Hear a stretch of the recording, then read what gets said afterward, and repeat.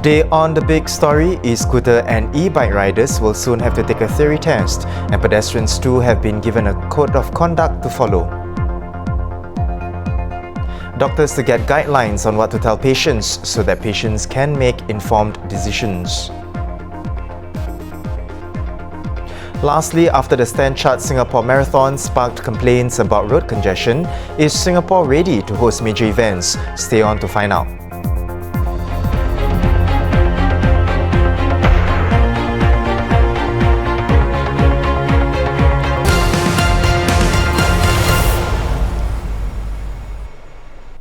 Now it's midweek Wednesday and you're watching The Big Story, where we discuss the top news of today and explain why it matters. I'm Haryanto Diman reporting to you live from the Straits Times newsroom.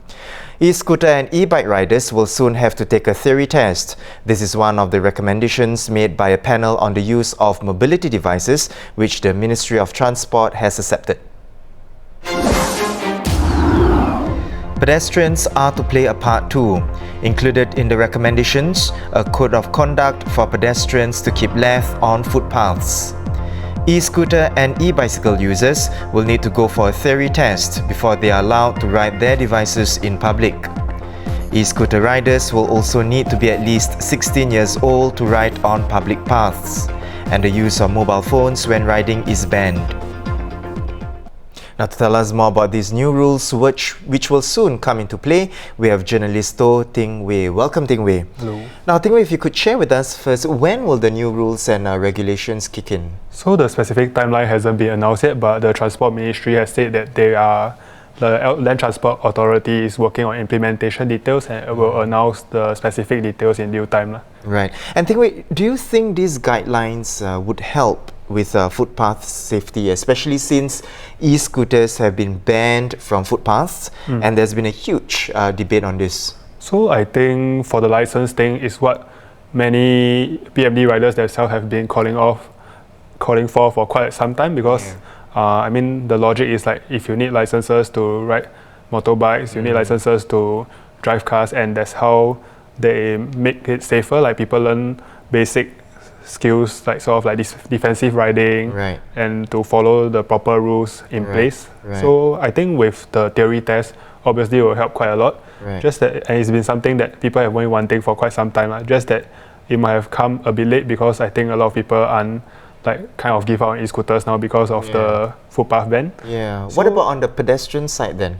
So on the pedestrian side, there's also another thing that a lot of PMD riders have been asking about, because for pedestrians, I mean, the onus has always been on the e-scooter users, PMD riders themselves, to be the ones to ride safely.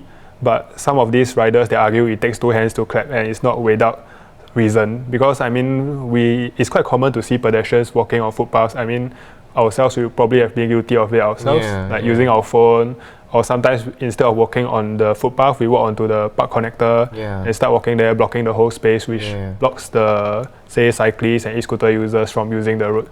So the code of conduct is a bit contentious, because like some pedestrians are like, why are you telling me how to walk on something that I've been walking on since forever? But I guess it will help, because I mean, hopefully it will bring more awareness to people to at least like look out for themselves also. Right. And Ting Wei, talking about these recommendations, is it now seen as though the ministry is backpedaling on the recent e-scooter ban? Do you think we might see e-scooters once again on footpaths? Instead of backpedaling, I would think it's quite the opposite actually, that they are doubling down on it, because the recommendations, it was submitted before in September, so that was before the ban from footpaths was announced.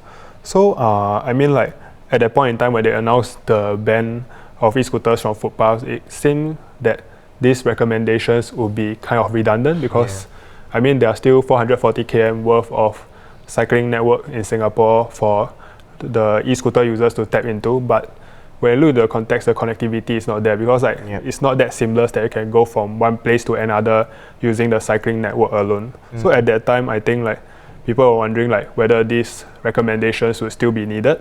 But now that the government has accepted it, there's a sort of extra layer or extra obstacle in terms of using e-scooter. I mean, it helps to improve safety, but then it's kind of like looking at all the things, various measures, it seems like it's really a reset button on the use of e-scooters in Singapore. it will be a lot safer, but then at this point in time, I think a lot of people will be won't want to continue using e-scooters, because at the moment it just seems like there are too many obstacles to continue using it. Well, thank you so much, Ting Wei, for coming on to share a bit more about these recommendations. Now, to read more about the recommendations and e-scooter related news, you can head to our website, straitstimes.com. Now, moving on to our second segment, would you want your doctor to tell you every single detail about the risks of every treatment, say right before he gives you some pills? Or should doctors practice discretion on what they need to inform patients, so that people are not scared off from treatments unnecessarily? Well, these are some of the considerations in the guidelines to be given to doctors on what to tell their patients, so that patients are better able to make informed decisions. The guidelines will also help doctors not worry about unfair punishments for omissions and ensure they do not practice defensive medicine.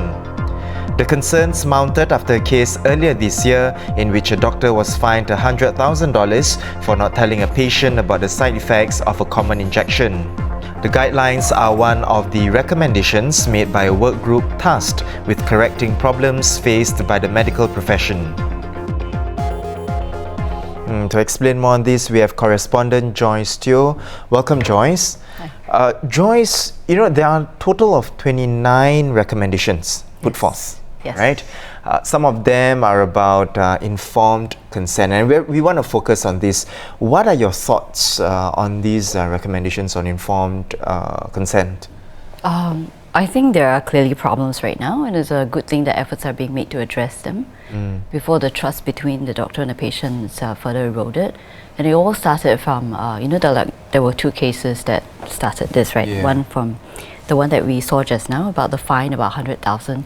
So the doctors, they were really upset about it because that was the maximum fine, and it was a routine steroid injection, and it was appropriate, and they didn't think that the doctor should be, punished so severely. So it gave rise to this.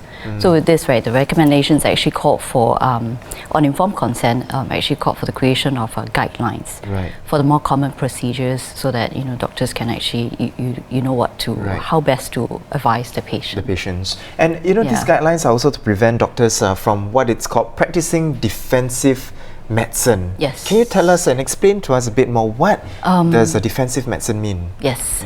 So, with the case, right, they are afraid that doctors may overload the patient with information or make them sign longer and longer consent forms, just basically give them a lot of information. I think it creates fear in the patient.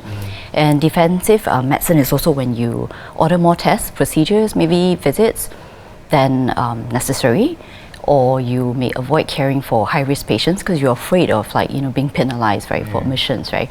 So the doctors are saying, because in medicine is not an exact science, right? I mean, it's not always 100%, things do happen, and if the doctor is afraid of being sued and worried about being sued, right, and he does not trust the disciplinary system, right, he may act defensively. Right. And of course, Joyce, 29 recommendations, that is a lot of recommendations. Of all of them, which are the ones that you would say patients need to sit up and take notice of? Okay, they're all, I think it should be taken as a whole, as a package, because they're all meant to benefit the patient in the end, is to strengthen the patient-doctor relationship.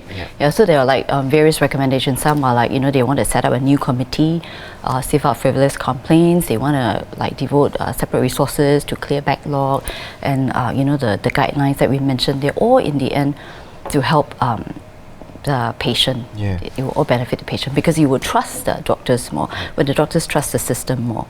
So everything will benefit the patient in the end. So it's really it's rebuilding that trust between patients and doctors, which seems to have been eroded. Right? Yes, because the case mentioned, right? If you overload the patient because you're worried that you'll be penalized, and then when you overload the patient end up being fearful. And you don't trust the doctor.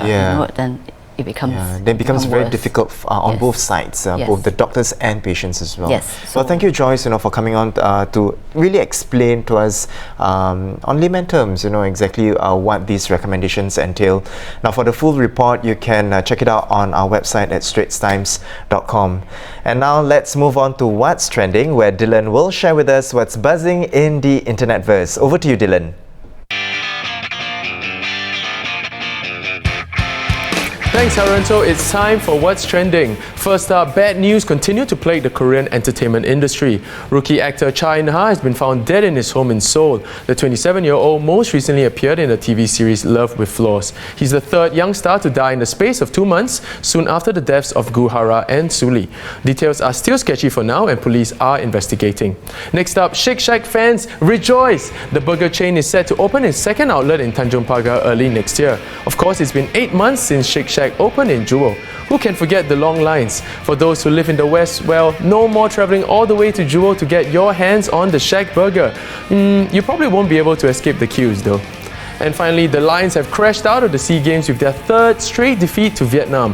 The young Lions were already eliminated before they kicked the ball, following Thailand's win over Laos earlier in the day.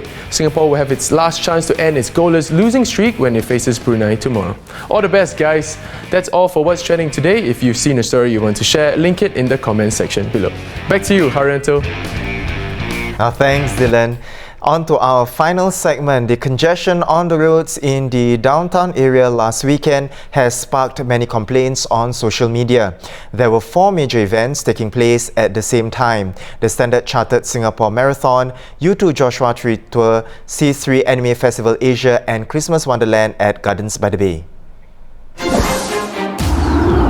Almost all the anger has been directed solely toward the marathon due to road closures and diversions. Organizer Ironman Asia has acknowledged it could have done better, but is not keen to move the race back to the morning.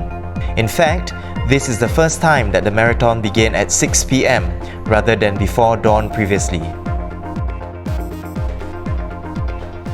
Now we have correspondent Sazli Abdulaziz in the studio with us right now. Now Sazli wrote a commentary on striking a balance between showing Singapore's best and not stifling a vibrant city. First up, Saz, tell us, do you think the complaints were warranted? Well, warranted or not, they were certainly expected by the organisers because, first of all, this being the first year the marathon is flagging off in the evening, there's bound to be, teething issues, some problems that they might not be able to address really quickly. Yeah. And plus, not everyone would have been kept up to date or might have, read the news or been able to see the public advisories that were put out in the weeks leading up to the events. Yeah. But having said that, organisers, did their best. They engaged stakeholders in the area that were affected, that would have been affected by the marathon for actually more than a year since the end of last year. And they tried their best to disseminate information through mainstream media, social media. Right. The traffic police also put out an advisory a couple of days before the marathon itself. So it's not like they didn't try their best to try and mitigate for the crowds and stuff like that. But like I said, maybe mainly it was the first year of the event being held in the evening in this downtown city area. People are not used to it, people are not aware of it, and that's why so many problems occurred. And so, from the looks of it, you mentioned there are a lot of logistical arrangements, a lot of pre-planning, and because it is the first time, it was organized as well, so teething issues and all that. Then do you think, was and is the hassle worth it? That this is a price to pay to be a global city? Yeah, I think generally, analysts and those who sort of understand what it takes to bring a big sports event to this country, that's the general consensus. This is, there is some sacrifice involved, there is some inconvenience involved. It's hard to quantify the economic benefits of this move for the Standard Chartered Marathon to try and be a world marathon major. Comparisons have been drawn to Formula One, but that's different because Formula One, you have really household names like Lewis Hamilton, all this coming down. People specifically come into town for the race. Not And so the much concerts as well. Yeah, right? exactly. Yeah. So there's so many facets to it. Not so much yet with the SCSM, but the idea is for it to become another world-class event on our calendar, and I think just the global prestige and the media reach. Yep. It's gonna put Singapore on the map again, and sort of put it out there as a top nation for hosting such events. I think in terms of, like I said, it's hard to quantify the economic benefits, but if we look at the Tokyo Marathon, which is the first ever Tokyo International Marathon was in 1982, around the same time as the first Singapore Marathon, and it became a major in 2013, the newest major. Right. It brings over 30 million Sing dollars to the Japanese economy. So I think that's what the organizers are hoping to do. They're trying to take the Standard Chartered Marathon forward, take it the next step, Right. and make it into this big world-class event. Right. And so, Sas, let's focus on the Singapore Marathon and it being, a world-class event on our calendar, like you say. What do you think then the organizers could have done better? I think, in speaking to organizers, Ironman Asia, after the event, I think they were generally pleased with how the event was run. They admitted certain aspects of their handling of the event could have been done better. Specifically, a traffic jam along Sentosa Vivo City area, because the race route took runners to West Coast Highway. But the rest of the run, went more or less smoothly, especially for the first year. I know some people were unhappy with the ushers or the marshals, telling them, oh, you can only go this one way and you want to go the other way, that kind of thing. But I think generally they were pleased, and although one thing, like I said, they tried their best to make announcements as much as possible on mainstream media, on social media, but maybe earlier announcements could have helped. People, some of the people affected were those who had events or weddings, for example, in the downtown city area. If you had given them maybe 2-3 months notice, they might have made different arrangements or made alternative plans. So perhaps maybe giving more heads up would be better. Right. Whatever it is, of course, just we have next year to see how things go. And like they say, ideally they want to hold it in the evening again. Over time, maybe Singaporeans will understand. Like now, taxi drivers know F1 period, don't enter the city. So it'll be a normalized thing moving forward as well. Thank you so much, Sas, for that candid sharing. Certainly, for more on this, you can visit our website to read on the stories. Now there you have it, the top stories for today. For more news and videos, you can visit straitstimes.com. Once again, I'm Haryanto Diman. Tune in tomorrow for more stories on The Big Story.